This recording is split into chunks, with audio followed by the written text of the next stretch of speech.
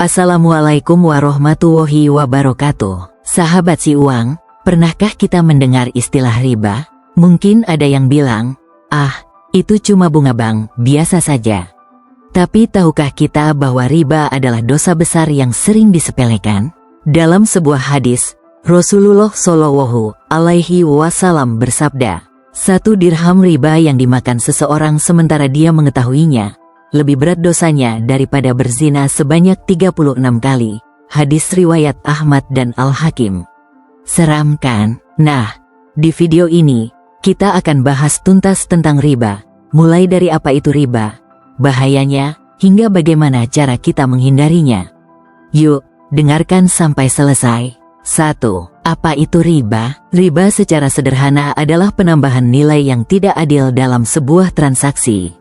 Misalnya, kita meminjam uang 1 juta rupiah, tapi harus mengembalikan 1,2 juta rupiah tanpa alasan yang jelas. Penambahan 200.000 rupiah inilah yang disebut riba. Allah melarang riba karena sifatnya yang merugikan orang lain, terutama orang yang sedang kesulitan. Dalam Al-Quran, Allah berfirman, Allah menghalalkan jual beli dan mengharamkan riba. Quran Surat Al-Baqarah ayat 275. Coba pikirkan, bukankah riba justru membuat yang miskin semakin miskin, dan yang kaya semakin kaya? 2. Bahaya riba. Sahabat, kenapa riba itu begitu berbahaya? Pertama, riba merusak keberkahan harta kita. Mungkin uangnya banyak, tapi tidak membawa kebahagiaan. Allah berfirman, Allah memusnahkan riba dan menyuburkan sedekah. Quran Surat Al-Baqarah ayat 276. Kedua, riba bisa membuat kita terjebak dalam lingkaran utang yang tidak ada habisnya. Misalnya, kita pinjam dari rentenir dengan bunga tinggi. Awalnya terasa ringan, tapi lama-lama kita justru kehilangan banyak harta untuk membayar bunganya. Dan yang paling berat, riba mendatangkan murka Allah.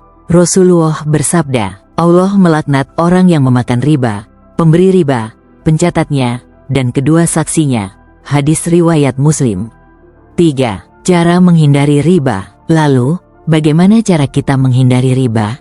Tenang, selalu ada jalan keluar. 1. Hindari pinjaman berbunga. Jika butuh dana, coba pinjam dari keluarga atau teman tanpa bunga. 2. Manfaatkan koperasi syariah. Banyak koperasi syariah yang menawarkan pinjaman tanpa riba. 3. Hidup sederhana. Jangan memaksakan diri untuk berutang demi gaya hidup. Lebih baik hidup sederhana tapi bebas dari riba. 4. Gunakan produk keuangan syariah, seperti tabungan dan investasi syariah yang sudah banyak tersedia. Ingat, Allah tidak akan membebani kita di luar kemampuan. Jika kita sungguh-sungguh menghindari riba, pasti ada jalan. Sahabat si uang, hidup tanpa riba memang tidak mudah, apalagi di zaman sekarang. Tapi ingat, setiap langkah kita untuk menjauhi riba adalah bentuk ketaatan kepada Allah. Insya Allah, harta kita akan penuh berkah, hidup lebih tenang, dan terhindar dari kesulitan yang berlarut-larut. Semoga video ini bermanfaat dan bisa menjadi pengingat untuk kita semua. Jangan lupa share ke teman-teman dan keluarga, agar lebih banyak yang paham tentang bahaya riba. Sampai jumpa di video berikutnya. Wassalamualaikum warahmatullahi wabarakatuh.